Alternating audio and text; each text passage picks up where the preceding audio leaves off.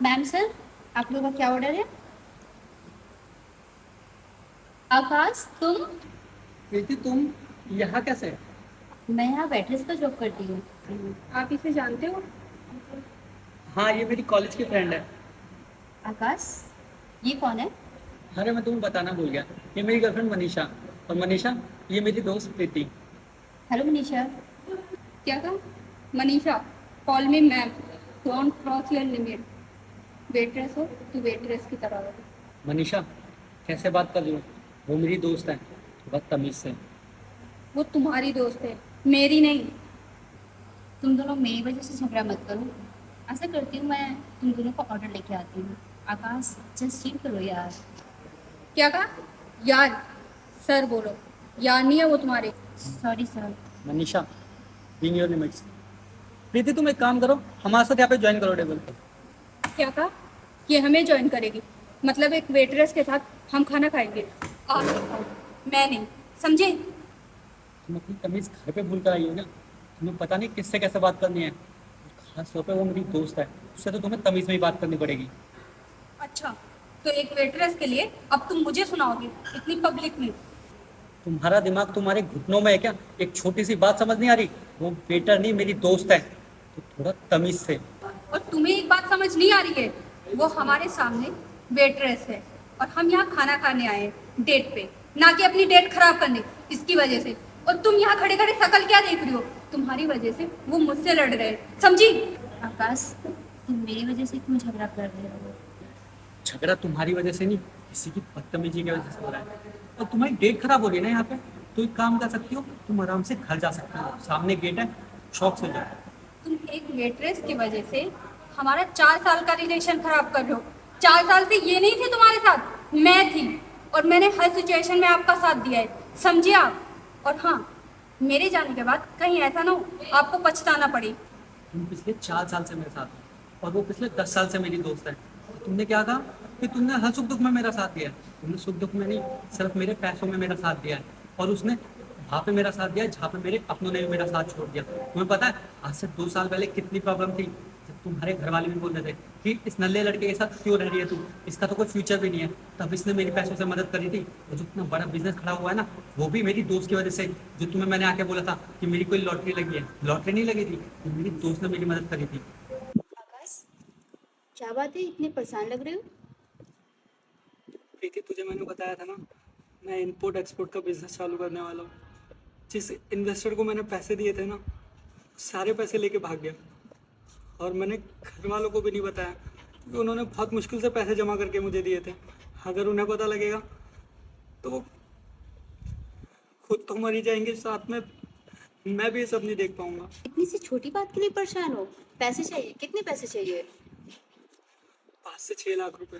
बस? ये लो वॉच, मेरे पापा ने मेरे बर्थडे पे दिए थे। ऐसे भी ये घड़ी किस काम का जो मेरे दोस्त की टाइम ठीक ना कर सके। चलो चलते हैं, इसको बेचते हैं और इससे पैसा इकट्ठा करके मैं तुम्हें देती हूँ। और हाँ, ये डायमंड की रिंग भी है, ये भी मुझे बर्थडे पे मिला था, पिछले बर्थडे पे। चलो चलते हैं। पागल है क्या तुम? मैं तेरी चीजें कैसे ले सकता हूँ? अच्छा, दोस्त हो ना मेरे, जितना बोलो उतना सुन लो। चलो चलते हैं। मैं एक शर्त पे लूंगा, जब मेरे पास पैसे आ जाएंगे तो मैं तुझे इस सारे पैसे लौटा दूंगा। चलो ठीक है, अभी चले बेचने के लिए। ठीक है। चलो चलो। है छोड़ो, तुम्हें ये बातें कहाँ समझ में आएगी, क्योंकि तुम भी तुम्हारे घर वालों की तरह लालची हो। अगर तुम्हें जाना है तो जा सकती हो। मैंने तुम्हें पहले ही बोल रहा, दोबारा बोल रहा हूँ, गेट सामने है, जाओ। और अच्छा हुआ तुम्हारा चेहरा अभी सामने आ गया। जो लड़की पैसों के लिए रिश्तों की कदर नहीं कर सकती, वो मेरी क्या करेगी? जा सकती हो। ठीक है, तुम इसकी वजह से मुझे छोड़ रहे हो ना, रहो इसके साथ।